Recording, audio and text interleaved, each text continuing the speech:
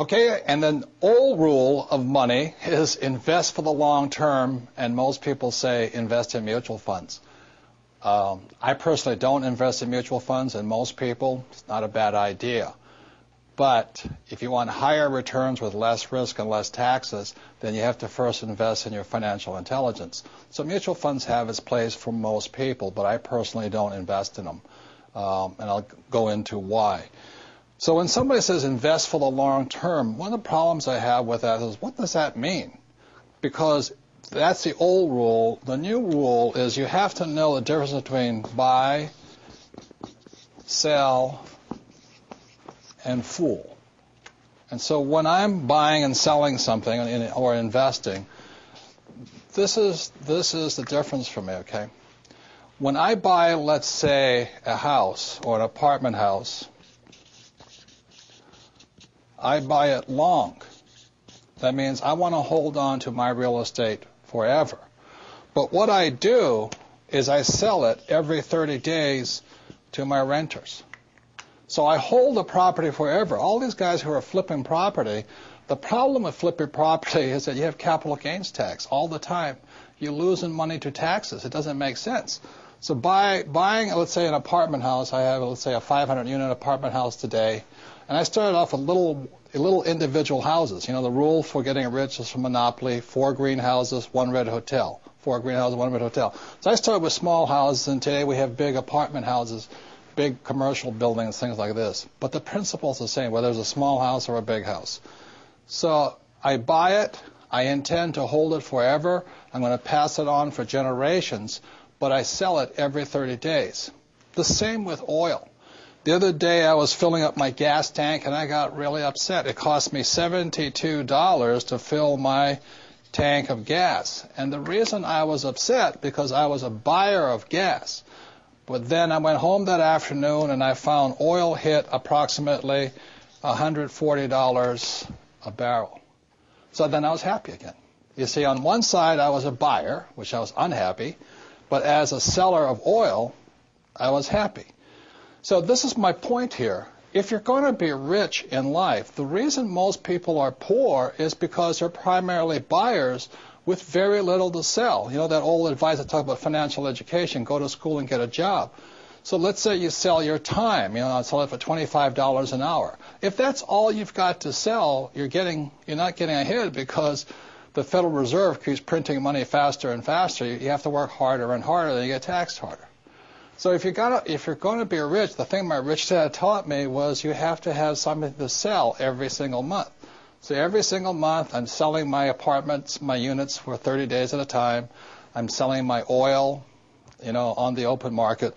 And you look at what I did, even though I flunked out of high school twice and I couldn't write, and because I really couldn't spell, is when I write a book, I write it once, but I sell it into 100 different languages throughout the world. So every quarter I'm getting a paycheck. So to be rich, it really understands the new rules of money requires you to know when you're buying, when you're selling.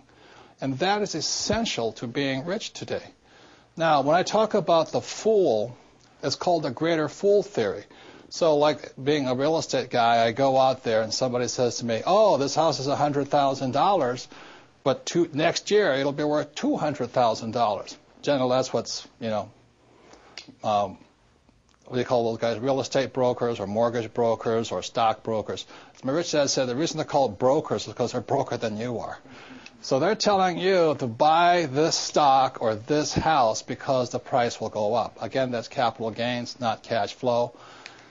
And then you become the greater fool. You know, the people, unfortunately, who are hurting financially today in the housing market, they were the greater fool. They bought the idea that the price of real estate would keep going up. Well, as you and I all know, prices go up and prices go down. So if you're going to, the new rules of money and the financial intelligence and your financial education requires you to know, to be balanced, be both buyer and seller, and not be the greater fool. I say it again. When I fill up with gas, I get angry because I'm a buyer, but I'm happy because I'm also a seller. If you're going to be rich, you should be selling more than you're buying. One last thing is the one reason I really don't care much for mutual funds is because I don't know if you're the buyer or the seller or the fool, but I'll make that decision. If you're the investor, then you put up 100% of the money, and I think you take 100% of the risk. It doesn't make sense to me. Same as you put money in the bank. And the mutual fund company, they put up 0% of the money, but what they get is 80% of the returns. So this is why I really don't recommend, but it's good for most people. Put your money in a mutual fund and just let it sit there. But what happens is you take 100% of the risk, you only get 20% of the returns, and you put up 100% of the money. That doesn't make sense to me. That's why I like to use debt, good debt as leverage and things like this. But again, this is your greatest asset right here. So I don't just blindly invest for the long term. I don't park my money. And the reason I don't park my money in the bank is because I said in 1971, the U.S. dollar stopped being money and it became a currency. The word currency means current. You must keep your money moving. The people who are losing financially today are people who are parking their money in long-term things like savings account and mutual funds. That's good for the average person. It's good for the average investor. And it's better than nothing. It's better than being poor. But you're not getting ahead with old information or old rules of money. I'll just pass this last thing along for those of you who say, well, I don't want to be an investor. It's too much work. I understand. It was years ago, a friend of mine, a friend asked a friend of mine, says, what would you say to the average investor? And my friend, who's a very rich man, said, what I say to the average investor is, don't be average. Because today, in this high volatile environment, the average people, the middle class, are getting wiped out. So, those are the new rules of money. You don't invest for the long term. You have to know when to buy, when to sell, and when not to be a fool.